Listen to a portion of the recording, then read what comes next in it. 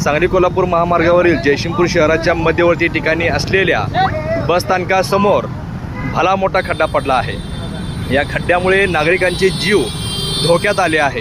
दररोज लहान मोठे अपघात होत असून या ठिकाणी आपण पाहू शकता भला मोठा खड्डा। एखाद्या निष्पाप व्यक्तीचा जीव गेल्यानंतर सार्वजनिक बांधकाम खाते जागे होणार का, असा संतप्त सवाल येथील नागरिक विचारत आहेत। आत्ताच या ठिकाणी एक महिला गाडीवरून जात असताना या खड्ड्यामध्ये गाडी स्लिप झाल्याने पडली आहे। किरकोळ दुखापत झाली आहे।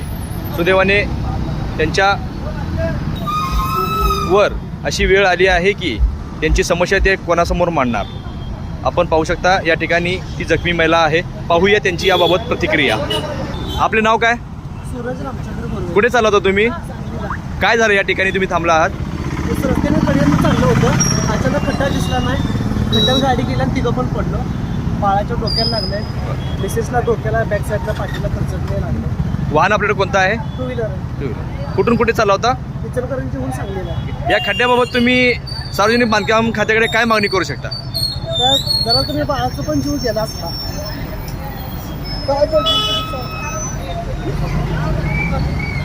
बोला लवकर लवकर ते रस्त्याचं काम करून खड्ड्यापासून द्या, जेणेकरून याच्यापेक्षा मोठी जीवनहानी झाली नाही पाहिजे।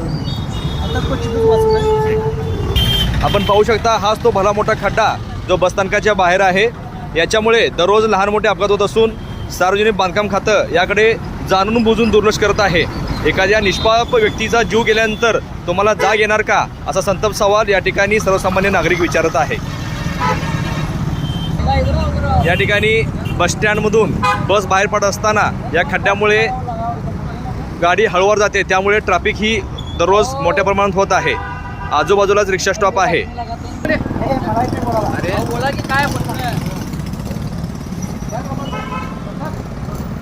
आपण पाहू शकता या ठिकाणी बस बाहेर पडत आहे आणि याच त्या खड्ड्यात बस देखील जात आहे। हा पहा भला मोठा खड्डा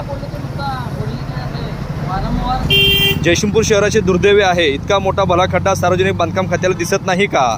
या मार्गावरून मंत्री जाणं असतील तर तात्काळ रस्त्याची दुरुस्ती केली जाते, मात्र सर्वसामान्य जनतेच्या प्रश्नाकडे कोण लक्ष देणार, असा गंभीर सवाल या ठिकाणी उपस्थित होऊ लागला आहे। बांधकाम खाते या ठिकाणी लक्ष देत नसेल तर तात्काळ या भागातील लोकप्रतिनिधींनी, आमदार खासदारांनी तात्काळ लक्ष घालून या बसस्थानकाबाहेरील खड्ड्याचे नियोजन लावावे, या ठिकाणी रस्ता सुरळीत करून घ्यावा, अशी मागणी जोर धरू लागली आहे।